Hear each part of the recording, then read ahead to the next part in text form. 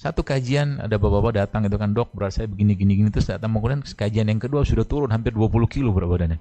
Masya Allah. Dan gantengnya luar biasa habis itu Pak. Emang orang yang langsing slim itu emang ganteng gitu.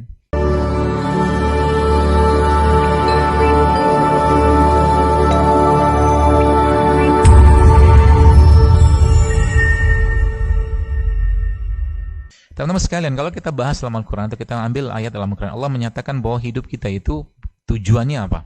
Untuk beribadah. Wa ma khalaqtul jinna wal insa illa liya'budun, kata Allah. Maka ibadah itu, ya ada lagi ayat yang lain Allah katakan bahwa manusia itu diciptakan sebagai khalifah. Khalifah itu kan gagah, nggak sakit-sakitan, nggak batuk pilek, nggak mencret-mencret terus gitu kan. Jadi kita bayangkan sosok khalifah yang perkasa gitu kan. Yang pastinya makannya baik, minumnya baik, sholatnya baik, semua baik gitu kan. Bukan baru hujan sedikit sudah nyalain hujan, baru musim rambutan sedikit nyalain rambutan, semua batuk, semua pilek gara-gara musim, nggak ada yang benar kecuali badannya doang. Sekarang kan begitu manusia, jadi bukan salah buminya, tapi salahnya kita yang tidak mampu menyesuaikan dengan bumi ini. Ya, jadi bagaimana Allah Subhanahu Wa Taala menjadikan atau mungkin membuat kita ini dalam sekalian bisa lebih baik lagi untuk beribadah. Kenapa? Untuk ibadah. Yang kalau misalkan saya katakan tadi bahwa untuk jadi Abdullah itu kan, jadi Abdullah itu kan ibadah. Maka ibadah itu butuh fisik. Ya, butuh fisik supaya apa? Supaya dapat pahala sempurna. Supaya dapat pahala sempurna. Maka kalau seandainya ada orang yang sakit-sakitan, biasanya kemungkinan besar ada hal-hal yang berhubungan dengan petunjuk Allah dalam Al-Quran atau sunnah Nabi SAW yang dilanggar di situ. Itu aja sebenarnya. Sekarang mungkin kalau kita boleh lihat contoh, kita ambil satu hal yang sederhana sekali. Allah katakan wakulu wakulu wasrobu walatusribu, makalah tapi jangan berlebihan, kata Allah. Makan tapi jangan berlebih-lebihan. Kalau lebih-lebih nanti cepat apa terjadi atau bagaimana konsep lebih itu, kata Nabi SAW, kalau seandainya kamu makan maka sepertiga untuk makan, sepertiga untuk minum, sepertiga untuk darah, kan gitu konsepnya. Kalau itu dilanggar, apa yang terjadi?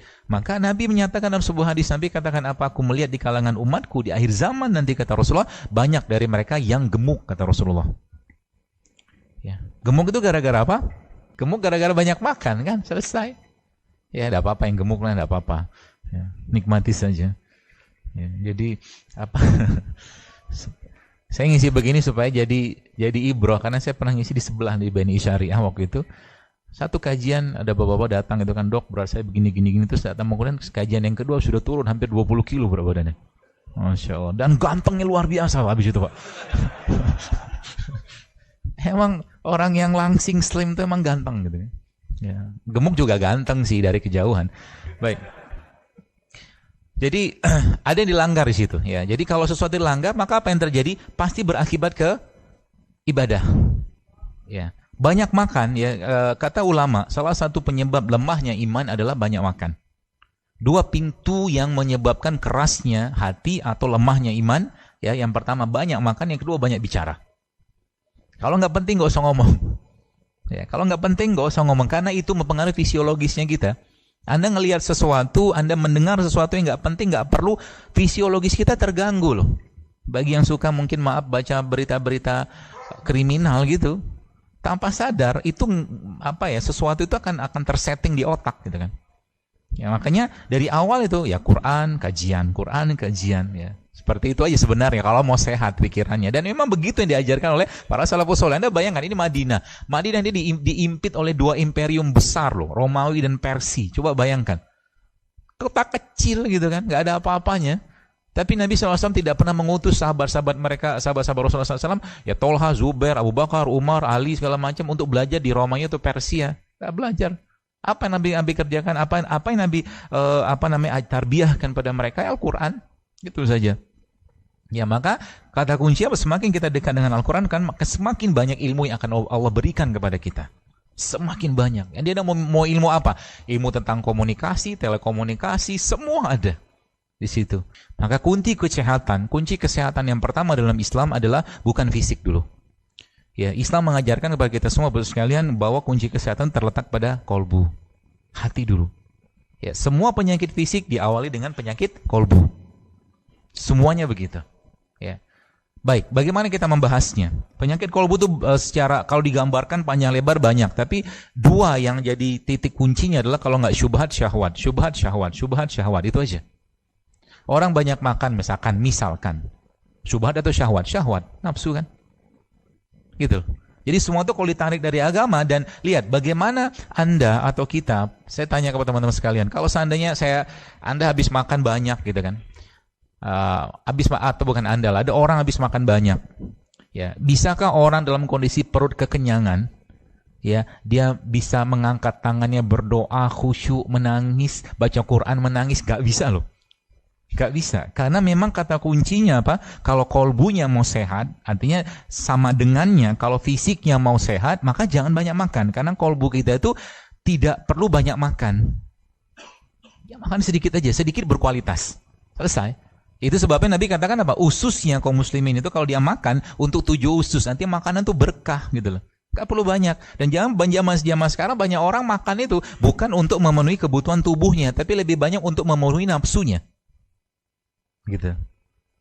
Contoh mungkin mie instan sehat? Semua pernah makan kan? Kita mungkin orang Indonesia tak pernah ada lidah kita itu tidak kena mie instan. Semua pasti kena. Tapi kenapa dimakan? Nah, enak kan? Nafsu kan? Dia akan jatuh, akan membuat kita jatuh terus-menerus. Jadi kalau semua orang itu makan sesuai dengan nafsunya, mengutamakan nafsunya, kata Rasulullah SAW, kata Allah sendiri, dia lebih buruk daripada hewan. Ya. Kenapa? Karena nanti kalau kita sudah ngerti konsepnya, kalau kita sudah memahami bahwa tadi kata kunci kata Nabi SAW, iza sholat jasadukulu wa iza fasada fajajakulu, kata Rasulullah SAW bahwa sehatnya tubuh manusia itu bergantung dari si organ ini. Organ ini namanya apa? Kolbu. Kalau dia sehat, maka sehatlah semua. Kalau dia baik, baiklah semua. Ya. Maka kata kuncinya apa? Benerin kolbunya. Kalau mau sehat. Sehingga nanti kalau sudah kayak begitu, tingkatannya begitu, Anda atau kita tidak akan perlu banyak makan sedikit, insya Allah berkualitas, sudah cukup. Ya. Buktinya apa? Buktinya di Ramadan kita nggak banyak makan. Kayaknya sih begitu. Meskipun saya belum yakin juga, karena Ramadan malah justru inflasi kita paling tinggi kan. Katanya, kata orang ekonomi begitu. Kenapa? Karena lebih banyak mikir sahur apa, buka apa, sahur apa, buka bersama siapa. Tapi Quran 1 juz, 2 juz tak terbaca. Kalau kita sekarang dikasih pilihan untuk makan sama tidak makan, pilih mana? Makan. Kalau saya sih makan. Karena kita punya nafsu kan. Kita punya nafsu.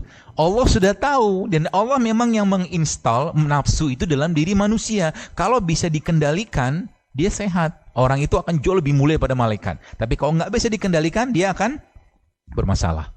Seperti itu. Ya. Maka karena manusia sukanya makan, ya, dan disuruh berhenti makan nggak mau, Allah wajibin puasa kan. Lihat. Jadi kalau Anda punya mobil, ada servis bulanan, ada servis tahunan, ada servis apalah gitu kan. Sama kayak manusia. Karena manusia sukanya digeber-geber terus nafsunya, disuruh stop 30 hari Ramadan. Kasih pahala sekalian. Kan gitu. Selesai itu, masih kurang? Kurang. Allah Maha tahu. Dikasih lagi puasa Syawal 6 hari. Masih kurang itu lagi, Allah kasih puasa Senin Kamis. Masih kurang lagi, Allah kasih puasa 3 kali sebulan. Dan puasa-puasa sunnah yang lain. Jadi kalau kita polanya itu udah jelas banget sebenarnya. Islam tuh mengatur, jadi dalam Islam urusan kesehatan itu sangat-sangat low budget. Kemarin ada mahasiswa tanya, dokter bagaimana kami yang mahasiswa ini yang anggarannya terbatas, nggak bisa beli ini, beli itu segala macam. Wah, saya bilang jawabannya sederhana sekali, banyakin puasa aja. Ya kan? Betul nggak? Banyakin puasa aja. Lagi mau takjil, mau iftar, pergi ke masjid yang ngasih sedekah puasa. Kalau zaman kuliah lu katanya pasukan pemburu takjil. Ya, cari takjil yang sehat. Tapi sekarang masalahnya Ramadan, nggak banyak masjid yang nyiapin takjil yang sehat. Gorengan lagi. Teh manis lagi. Sirup lagi. Kapan mau sehat? Gitu loh.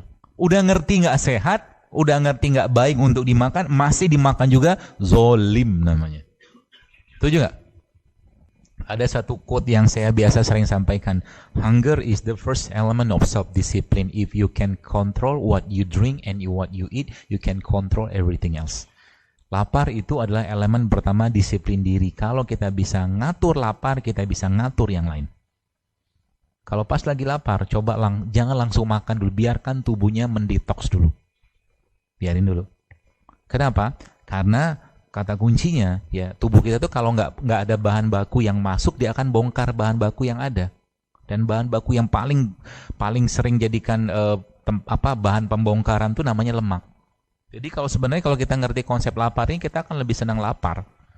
Ya, dia akan mendetoks terus badan kita. Kalau gula masuk, diubah jadi glikogen. Glikogen nggak kepake, diubah jadi lemak. Lemak itu letaknya paling dalam. Ya, jadi paling disimpan di tubuh kita itu dan paling susah dibongkar. Makanya cara membongkar lemak tuh paling mudahnya adalah bongkar dia menjadi energi dengan cara sering-sering melaparkan diri. Proses ini kalau terjadi atau kita lakukan, maka tubuh akan melakukan satu proses namanya autofagi. Autofagi itu dia akan memakan sel-sel yang rusak. Sesimpel itu coba. Tapi tahan dulu laparnya. Nanti kalau sudah mau makan, baru makan. Ya, makannya tapi dipikirin. Yang saya makan ini kira-kira sehat nggak?